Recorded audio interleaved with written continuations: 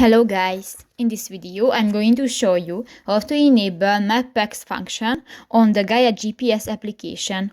But first of all, I just want to mention, please don't forget to subscribe to our channel, because at 100,000 subscribers we are going to show you our YouTube revenue statistics and growth strategy of to make money online. So let's jump into it. First of all, open the application on your device.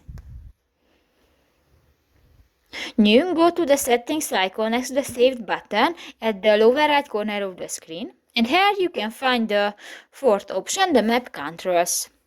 Here go to the end, and here you can find the MapX new function, and if you want to enable this function, just click to the next white circle and click to the yes option. And new, this function is enabled, and if the circle will be green, this function will be enabled and on. So that's pretty much it for this video, guys. See you in the next one. Bye bye.